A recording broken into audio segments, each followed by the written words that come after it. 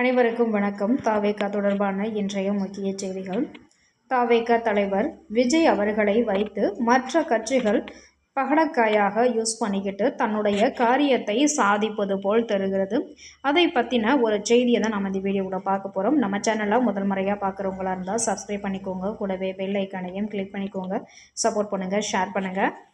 ஆரம்பத்திலிருந்தே தாவேகாவுடன் பல கட்சிகள் கூட்டணி குறித்து பேச்சுவார்த்தைகள் நடத்தப்பட்டதாக பல செய்திகள் நம்ம பார்த்துருப்போம். ஆனால் அந்த கட்சிகள்லாம் உண்மையிலேயே விஜய் அவர்களோட கூட்டணி அமைக்க விரும்பவில்லை. அதாவது விஜய் அவர்களுடைய கட்சியை ஒரு பகடக்காயாக வச்சு அவங்களுடைய காரியத்தை சாதிச்சுக்கிறாங்களோ அப்படிங்கிற மாதிரி. முதல்ல டிடிவி தினகரனும் ஓபிஎஸ் அவர்களும் தாவேகாவில் இணைவதாகத்தான் பேச்சுவார்த்தை நடந்ததாக திரு செங்கோட்டையன் அவர்கள் தெரிவித்தார்.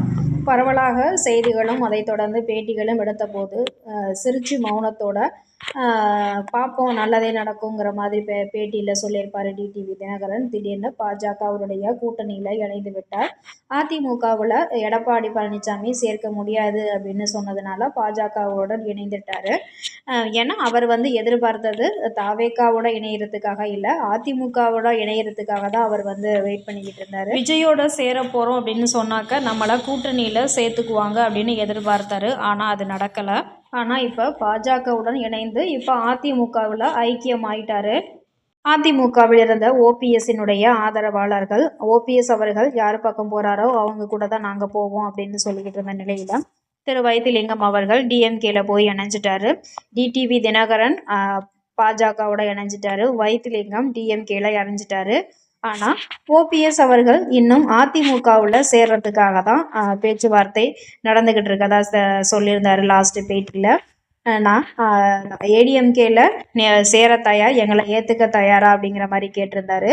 அவருக்கும் டிவிகேல இணைகிறதுக்கான விருப்பம் இல்லாதது மாதிரி தான் இருக்குது. ஒருவேளை கடைசி வரையிலையும் ஏடிஎம்கேல சேரலை அப்படின்னாக்கா டிவிகேல வரலாம் அப்படிங்கிற மாதிரியும் தெரிகிறது.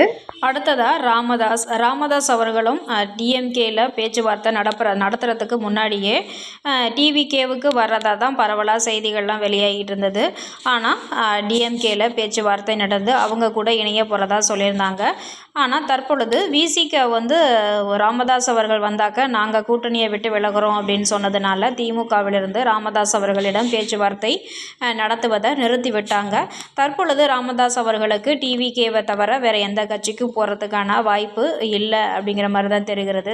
தேமுதிகவை எடுத்துக்கிட்டிங்கன்னாக்க விஜய் கூட பேச்சுவார்த்தை நடப்பதாக தான் பேசிக்கிட்டு இருந்தாங்க. விஜய் எங்கள் வீட்டு பிள்ளை அப்படிங்கிற மாதிரி எல்லாம் சப்போர்ட் பண்ணாங்க. திடீர்னு பார்த்தாக்க ஒரு பேட்டியில் கரூர் சம்பவத்தில் விஜய்க்கு தண்டனை கிடைச்சே ஆகணுங்கிற மாதிரி பிரேமலதா விஜயகாந்த் பேசியிருந்தாங்க.